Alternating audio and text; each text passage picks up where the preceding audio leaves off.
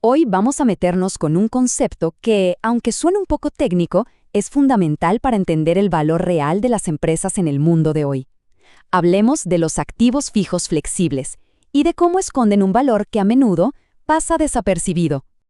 A ver, pensemos en esto. ¿Qué pasaría si los activos más importantes de una empresa fueran prácticamente invisibles para su propia contabilidad? Esta pregunta nos pone de lleno en el centro del misterio, porque la realidad es que hay un valor enorme en las empresas modernas que los métodos de siempre, los tradicionales, simplemente no están logrando capturar. Muy bien, entonces, ¿dónde encaja todo esto? Pues aquí entramos a lo que podríamos llamar una zona gris contable. Y es que el concepto de activos fijos flexibles vive en una especie de limbo, un área medio borrosa que está justo entre la práctica real de los negocios y la teoría pura y dura de la contabilidad. Aquí está la gran paradoja. Para la estrategia y la innovación de una empresa, esta idea es absolutamente fundamental. Pero si vamos a las normas contables estandarizadas como las N, I y F, que son, digamos, las reglas globales, no hay una definición clara para esto. De hecho, es tan vago que a menudo se confunde con algo tan simple como, no sé, repuestos o accesorios. Y fíjense en esto, que es muy revelador de nuestros tiempos. El autor, Samuel Mantilla, comenta que hasta las inteligencias artificiales que él usa están de acuerdo en que, que no es un concepto estándar o ampliamente utilizado en los textos académicos de contabilidad, finanzas o economía. O sea, es un concepto tan, digamos, extraoficial que ni siquiera las IAs entrenadas en toda esa literatura lo reconocen como algo formal, a pesar del impacto que tiene en el mundo real, claro. Entonces, si no es un concepto formalizado, ¿de dónde salió? ¿Es algo nuevo? Pues no, para nada.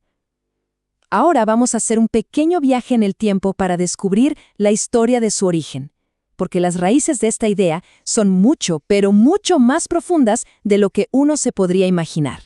La idea de flexibilidad no es de ahora, no nació con los centros de datos. Fíjense, sus raíces se remontan a 1921, cuando la preocupación era la inmovilidad de los recursos invertidos. Después, el concepto da un salto y aparece en un estudio sobre agricultura en 1972. Y no es hasta 1990 que realmente se consolida en el mundo de la manufactura. Estamos hablando de una evolución que abarca casi un siglo.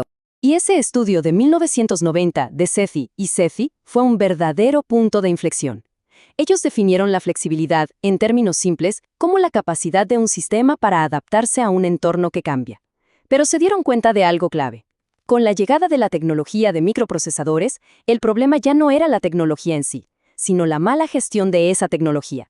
Identificaron hasta 11 tipos diferentes de flexibilidad, de máquina, de proceso, de producto, y llegaron a una conclusión súper importante, que la flexibilidad era algo muy difícil de capturar con la teoría económica de la época. Bueno, la cosa no se quedó ahí, en las fábricas. Ahora vamos a ver cómo el concepto siguió evolucionando. La idea salió del mundo de la manufactura y empezó a aplicarse en otras industrias, demostrando que la flexibilidad era un principio casi universal para crear valor. Y aquí tenemos un ejemplo fascinante de esa evolución. Este enfoque de alto contacto, alta tecnología, alta flexibilidad, surgió de un lugar bastante inesperado, la arquitectura de hospitales. ¿Cuál era la idea? Pues diseñar edificios que usaran la tecnología, eso es, alta tecnología, para mejorar la interacción humana y el cuidado del paciente, el alto contacto. Y, lo más importante, que pudieran adaptarse fácilmente a los cambios y avances futuros sin tener que hacer remodelaciones gigantescas. Eso es la alta flexibilidad. Y la cosa no paró en los hospitales. El concepto se aplicó también de lleno a la estrategia empresarial. De hecho, el famoso libro La regla de 3 demostró que las empresas más exitosas son precisamente aquellas que usan de forma intensiva activos que se pueden reconfigurar fácilmente para atender distintas demandas del mercado. En ese momento, la flexibilidad dejó de ser una simple característica operativa y se convirtió en un pilar estratégico. Y todo este camino nos trae directamente al presente. Ahora vamos a conectar toda esta historia con la tecnología de punta que define nuestra era. Aquí es donde el concepto de alta tecnología, alta flexibilidad cobra más sentido que nunca. Y esta comparación lo deja todo mucho más claro. Pensemos en un activo fijo tradicional, como un motor de avión. Su valor está atado a esa pieza física, es estático, especializado. Ahora pensemos en un activo fijo flexible, como las GPUs o QPUs en un centro de datos. El hardware está ahí, sí, pero su valor puede cambiar radicalmente con una actualización de software. O al contrario, puede quedar obsoleto de un día para otro por una nueva tecnología de chips. Es completamente dinámico, reconfigurable. Y aquí tenemos más ejemplos concretos del mundo actual. No solo hablamos de los chips en los centros de datos. También están, por ejemplo, las baterías y cargadores en edificios inteligentes, que se adaptan a la demanda de energía. O la maquinaria industrial especializada cuyo verdadero poder y valor dependen completamente del software que la opera. O las redes de mantenimiento industrial.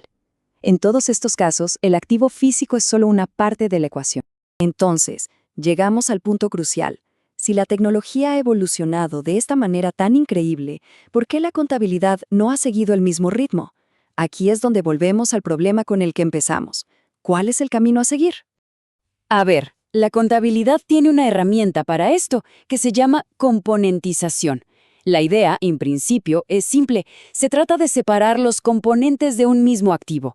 Por ejemplo, en un edificio, el ascensor se deprecia por separado del resto de la estructura, porque su vida útil es diferente. Lo mismo pasa con el motor de un avión.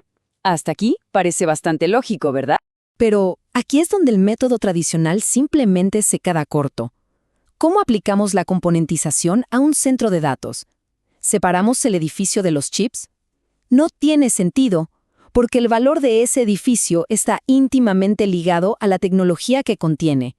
Y esa tecnología es, por definición, flexible, y su valor cambia constantemente. Son inseparables.